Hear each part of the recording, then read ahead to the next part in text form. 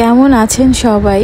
ঈদের ছুটিতে আমরাও চলে আসছি গ্রামের বাড়িতে ফ্যামিলির সবাই একসাথে সময় কাটানোর জন্য।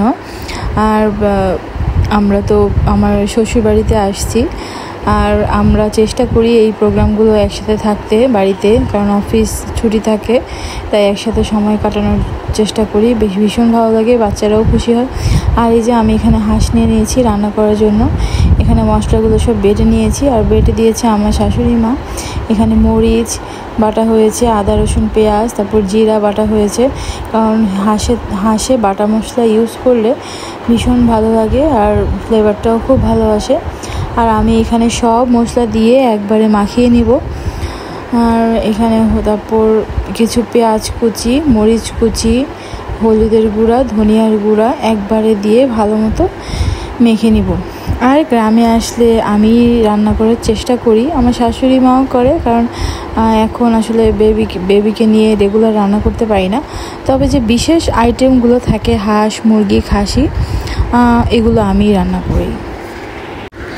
আর হাঁসটা মাটির চুলায় রান্না করার ইচ্ছা ছিল, কিন্তু আসলে ওই দিন এত গরম পড়েছিল, তাই আসলে রান্না করার সাহস পাইনি। সিলিন্ডারের চুলায় বসিয়ে দিয়েছি। খারাপ হয়নি, ভালোই হয়েছে। তবে মাটির চুলায় রান্না একটা অন্যরকম মজা। আর এই যে দেখেন, আমি হাত দিয়ে ভালো মতো কচলিয়ে মাখিয়ে নিচ্ছি। বেশ সময় নিয়ে রান্না করেছি, অলমোস্ট 2 ঘন্টা সময় নিয়ে রান্না করেছি, কারণ 2-3 বার কষিয়ে তারপর রান্না করেছি। আর যে পাশের চুলায় একটু করলা ভাজিও করে নিচ্ছি।